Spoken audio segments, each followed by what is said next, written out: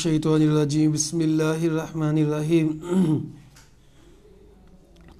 آج کا ہمارا سبق تفسیر سورۃ النساء کی آیت نمبر 15 سے لے کے 19 تک ہے۔ خواتین کے مسائل بیان کیے جا رہے ہیں۔ پہلے تو وراثت کے مسائل تھے، اب اللہ تعالیٰ خواتین کے خصوصی مسائل بیان کر رہے ہیں۔ واللاتی یأتین الفاحشۃ من نسائکم فاستشہدوا علیہن اربعۃ منکم فإن شاہدوا فأمسکوہن فی البیوت حتی یتوفاہن الموت او یجعل اللہ لہن سبیلا۔ اور جو عورتیں فحاشی کا کام کریں تم میں سے، یعنی اگر کوئی عورتیں زناکاری میں ملوث ہیں تو فاستشہدوا علیہن اربعۃ منکم، تو 4 مردوں کو گواہ بنا لو تم میں سے۔ فَإِن شَاهِدُوا، اگر وہ 4 مرد گواہی دے دیتے ہیں کہ واقعی اس نے برا کام کیا ہے، فَأَمْسِكُوهُنَّ فِي الْبُيُوتِ، ان کو گھروں میں روک لو، حَتَّى يَتَوَفَّاهُنَّ الْمَوْتُ، یہاں تک کہ ان کو موت آ جائے، أَوْ يَجْعَلَ اللَّهُ لَهُنَّ سَبِيلًا، یا اللہ تعالیٰ کوئی اور راستہ بنا دے۔ اب یہ آیت جو ہے شروع اسلام کی ہے، جب زنا کی سزا مقرر نہیں کی گئی تھی، یہ منسوخ آیت ہے۔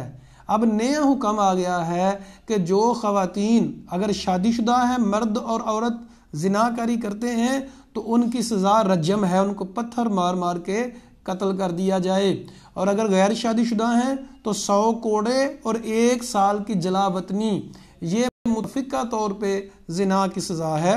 تو یہ اس وقت کی آیات ہیں، شروع اسلام کی کے بارے میں یہی تھا کہ ان کو گھر میں باندھے رکھو، اور ان کو یہاں تک کہ اللہ تعالیٰ کو معاملہ اور بھی نازل فرما دے۔ تو اور نازل اللہ تعالیٰ نے یہ فرما دیا کہ جو مرد اور عورت بے حیائی کا کام کریں گے تو ان کو یہ سزا ہوگی۔ یاد رکھیے گا، یہ معاملہ چونکہ سزا اتنی بڑی ہے، زنا کی سزا اتنی بڑی ہے شادی شدہ کے لیے اور کواروں کے لیے، تو رجم کے لیے ضروری ہے کہ 4 لوگ گواہی دیں۔ اگر گواہی دیتے ہیں تو پھر سزا ہوگی، اگر گواہی نہیں دیتے تو پھر سزا اس کی نہیں ہوگی۔ واللذان یأتیانہا منکم، اور اسی طرح تم میں سے 2 لوگ جو ہیں اگر بے حیائی کا کام کرتے ہیں، فآذوہما، ان کو ایذا دو، ان کو تکلیف دو، فإن تاب، اگر وہ توبہ کر لیتے ہیں اور اصلاح کرتے ہیں، فأعرضوا عنہا، تو ان سے درگزر کرو، اب ان کو زیادہ ملامت نہ کرو۔ ان اللہ کان تواب الرحیم، اللہ تعالیٰ توبہ قبول کرنے والا، رحم کرنے والا ہے۔ اب اس سے کیا مراد ہے؟ بعض مفسرین کہتے ہیں کہ اس سے مراد وہ مرد ہیں 2 جو آپس میں برے کام کرتے ہیں تو ان کو سزا دینی ہے۔ بعض کہتے ہیں کہ نہیں، اس سے مراد عام ہے کہ زنا کی حد تک نوبت نہیں پہنچی اور لیکن کام فحاشی کا کر رہے ہیں، عریانی کا کر رہے ہیں۔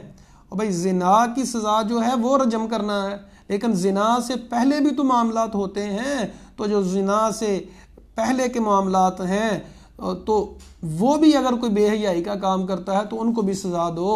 اسے کہتے ہیں سد الذرائع، ذریعے کو روکنا۔ اسلام نے کہا اپنی نظروں کی حفاظت کرو، کیونکہ نظر ہی سے کام آگے بڑھتا ہے۔ اسلام نے کہا کہ مرد اور عورت کوئی بھی 2 لوگ تنہا نہ ہوں، تنہائی اختیار نہ کریں، کیونکہ تیسرا ان کے ساتھ شیطان ہوتا ہے۔ تو یہ سارے اصول اس لیے بتائے گئے، یہ ساری حدود اس لیے بتائی گئیں تاکہ زنا کا دروازہ بند کر سکیں۔ اسلام نے کہا کہ وَلَا تَقْرَبُوا الزِّنَا، زنا کرنا تو بڑی دور کی بات ہے، اس کے قریب بھی نہیں جانا، یعنی جو زنا کے راستے ہیں ان راستوں پہ بھی نہیں جانا۔ تو یہاں اللہ تعالیٰ بیان کر رہے ہیں اس کی سزا۔ انما توبہ، اب اللہ تعالیٰ فرما رہے ہیں جو بندہ توبہ کر لیتا ہے، برے کام سے توبہ کر لیتا ہے تو اس کا کیا ہے؟ انما التوبۃ علی الذین، توبہ تو صرف ان لوگوں کی قبول ہے، للذین یعملون السوء بجہالۃ، جو جہالت میں آ کے لا علمی کی وجہ سے کرتے ہیں، ثم یتوبون من قریب، پھر جلد ہی توبہ کر لیتے ہیں قریب، فاولئک یتوب اللہ علیہم، یہی لوگ ہیں جن کی اللہ تعالیٰ توبہ قبول کرتا ہے۔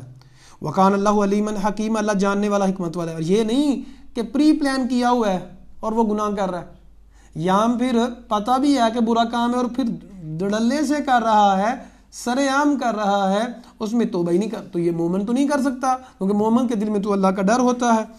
وَلَيْسَتِ التَّوْبَةُ لِلَّذِينَ يَعْمَلُونَ السَّيِّئَاتِ، ان لوگوں کی توبہ ہے ہی نہیں جو گناہ کرتے ہیں، حتی اذا حضر احدہم الموت، جب موت آ جاتی ہے یا موت کا وقت آ جاتا ہے۔ یہاں سے یہ بھی سمجھ آ رہی ہے کہ انسان کو کچھ نہ کچھ اندازہ ہو جاتا ہے جب اس کی موت آنی ہوتی ہے کہ میں تو جانے والا ہوں، جیسے اکثر لوگ کہہ دیتے ہیں بھائی میں تو جانے والا ہوں، اس وقت توبہ قبول نہیں ہوتی، پھر کہتے ہیں انی تبت الآن، اب میں توبہ کروں، جیسے فرعون نے کہا تھا مرتے ہوئے اللہ جی میں اسلام قبول کرتا ہوں، نہیں، اس وقت موت کو دیکھ کے تو پھر توبہ کرنا، ایسی توبہ نہیں ہے، یہ قبول ہی نہیں ہے۔ توبہ کون سی قبول ہے؟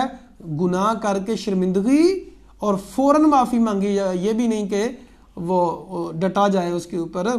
تو اللہ تعالیٰ فرماتے ہیں وَالَّذِينَ يَمُوتُونَ وَهُمْ كُفَّارٌ، نہ ان لوگوں کی توبہ قبول ہے جو مرتے ہیں اس حال میں کہ کافر تھے، کفر کی حالت میں جو مرتے ہیں ان کی توبہ بھی قبول نہیں ہے۔ أُولَٰئِكَ أَعْتَدْنَا لَهُمْ عَذَابًا أَلِيمًا، ایسے لوگ، یہ وہ لوگ ہیں جن کے لیے ہم دردناک عذاب تیار کر کے ہم نے رکھا ہے۔ کون لوگ؟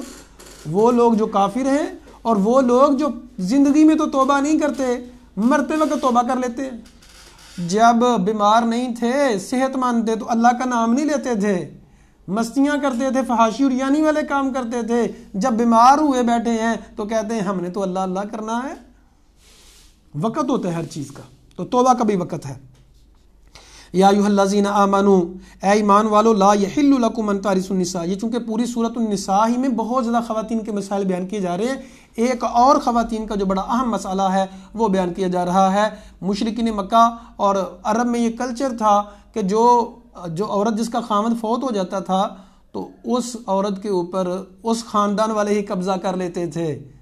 اس کی کئی ایک وجوہات تھیں، تاکہ دولت باہر نہ جائے، اور ایک عورتوں کے ساتھ ظلم کی ایک شکل تھی کہ زبردستی یا تو اس کے بھائی کے ساتھ اس کو نکاح کرنا پڑتا تھا یا بھتیجے کے ساتھ، بعض دفعہ تو ایسا بھی ہوتا تھا ظلم کہ باپ نے کی ہوئی ہے شادی، باپ نے شادی کی ہوئی ہے، باپ فوت ہو گیا، اب 2-3 شادیاں ہوتی، یہ تو مطلب کلچر تھا، 10-10 بھی شادیاں ہوتی تھی لوگوں کی جہالت میں۔ اسلام نے پابندی لگا دی کہ صرف 4 میکسیمم ہونی چاہیے، اس سے جو ہے زیادہ نہیں رکھ سکتے، تو اپنی ماؤں سے لوگ نکاح کر لیتے تھے، مطلب خواتین کے ساتھ اتنا ظلم کیا جاتا تھا۔ ایک اور سسٹم کیا جاتا تھا کہ خواتین کو مطلب حق مہر بہت مقرر کر دی۔ عرب میں ہمارا معاشرہ چونکہ ہندوانہ ہے، اب آج بھی ہمارے اوپر اثر ہے، حق مہر تو مقرر ہی نہیں کرتے، تھوڑے تھوڑے حق مہر مقرر کرتے ہیں، تو کلچر ہمارا بہت فرق ہے عرب سے۔ عرب میں کلچر آج بھی آپ لوگوں کو پتہ ہوگا جو عرب کنٹریز کے ساتھ ریلیٹڈ ہیں، جن کے بھائی کہ وہاں وہ لوگ بتاتے ہیں وہاں شادی کرنا مرد کے لیے بڑا مشکل ہے، وجہ وہاں ایک تو حق مہر بہت زیادہ رکھتے ہیں لوگ، اس وقت بھی تھا آج بھی ہے، تو حق مہر بہت زیادہ ہوتا تھا، تو اب عورت جو ہے وہ پسند نہیں ہے، اس کو طلاق دینا چاہتا ہے، تو اس کو مجبور کرتا تھا کہ خود طلاق لے، یہ خلا لے لے تاکہ مجھے حق مہر واپس مل جائے، کیونکہ اگر طلاق دیتے ہیں تو اس کا اصول کیا ہے، آپ کو حق مہر بھی دینا ہوتا ہے، حق مہر آپ واپس نہیں لے سکتے جو آپ نے گفٹ دیے ہوتے ہیں۔ یہ لوگ کیا کرتے تھے، یا تو عورت کے اوپر ایسے قبضہ کر لیتے تھے یا پھر اس کو ذلیل بہت زیادہ کرتے تھے تاکہ وہ خود طلاق لے۔ اللہ تعالیٰ نے اس سے منع کیا، فرمایا ایھا الذین آمنوا، ایمان والو، لا یحل لکم ان ترثوا النساء، تمہارے لیے حلال نہیں ہے کہ تم عورتوں کے وارث بنو، عورتوں کو وراثت میں رکھ لو، یہ اسلام اس کی اجازت نہیں دیتا، کارہن مجبور کر کے، ہاں مجبوری سے نہیں، خاتون خود چاہتی ہے کہ میں اپنے خاوند کے بھائی سے شادی کر لوں، اس کے کسی اور سے کر لوں اس کی فیملی میں، پھر کوئی مسئلہ نہیں ہے، لیکن مجبور نہیں کرنا۔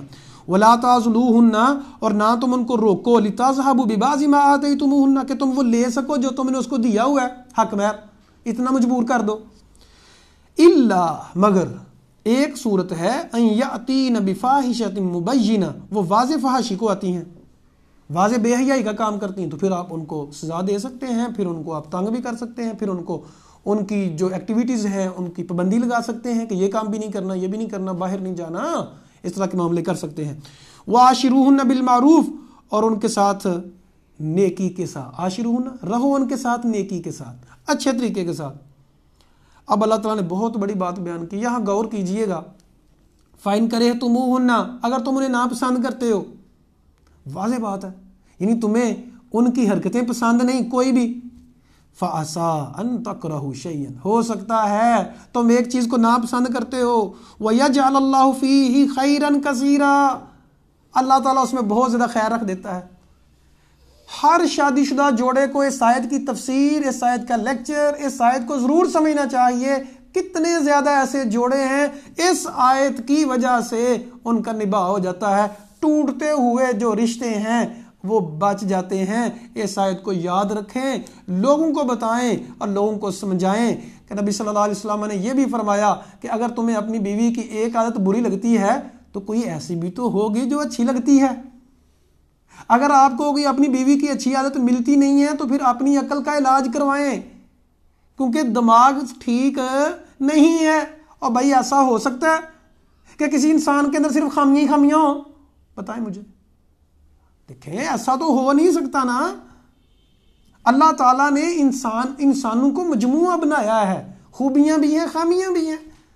تو اللہ تعالیٰ نے یہاں بھی یہ فرمایا کہ تم ایک چیز کو ناپسند کرتے ہو سکتا ہے اللہ تعالیٰ اس میں بڑی خیر رکھ دے، سو برداشت کریں، نرمی سے رہیں۔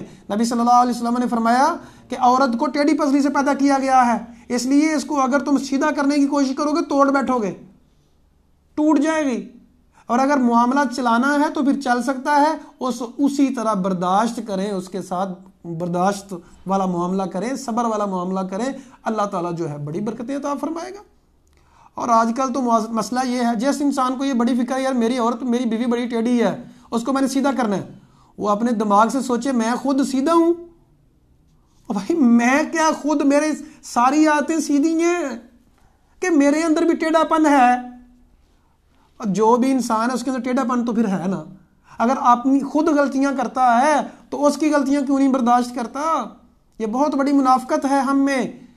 اپنی غلطیاں ہزاروں ہیں، اگلے کی غلطیاں جو ہیں ایک تنکا بھی نظر آتا ہے، اپنا شتیر بھی نظر نہیں آتا۔ نگاہ عیب گیری سے جو دیکھا اہل عالم کو، کوئی کافر، کوئی فاسق، کوئی زندیق اعظم تھا، مگر جب دل ہوا احتساب نفس پر قائل تو ثابت ہوا ہر فرزند آدم مجھ سے بہتر تھا۔ انداز بدلے نا اپنا۔ اور اپنی بیوی کے ساتھ اللہ تعالیٰ فرماتے ہیں اچھے طریقے سے رہو۔ اللہ تعالیٰ سے دعا ہے اللہ تعالیٰ حق بات کو سمجھنے اور اس پر عمل کرنے کی توفیق عطا فرمائے۔ ایک اور حدیث سماعت فرما لیں بیویوں کے بارے میں۔ نبی کریم صلی اللہ علیہ وسلم نے فرمایا وَاسْتَوْصُوا بِالنِّسَاءِ، لوگوں اپنی بیویوں کے ساتھ اچھا سلوک کرنا۔ اور آپ صلی اللہ علیہ وسلم نے جو آخری نصیحتیں کی، فرمایا اپنی بیوی کے ساتھ معاملہ بہتر رکھنا۔ ایک حدیث میں فرمایا کہ تم اللہ کے نام کے ساتھ ان کو حلال کرتے ہو، ویسے تو دیکھنا بھی جائز نہیں ہے، لیکن اب تمہارا جسم ایک جسم کی طرح بن چکے ہو تو ان کو اللہ کے نام کے ساتھ حلال کرتے ہو، ان کے معاملے میں بہتری کرنا، ان کے معاملے میں اللہ سے ڈرتے رہنا۔ اور نبی کریم صلی اللہ علیہ وسلم نے فرمایا خیرکم خیرکم لأہلہ، تو میں سب سے بہتر وہ ہے جو اپنی بیویوں کے لیے بہتر ہے، اپنے گھر والوں کے لیے بہتر ہے۔ اللہ سے دعا ہے اللہ حق بات کو سمجھنے اور اس پر عمل کرنے کی توفیق عطا فرمائے۔ اقول قولی ھذا استغفر اللہ لی ولکم ولسائر المسلمین۔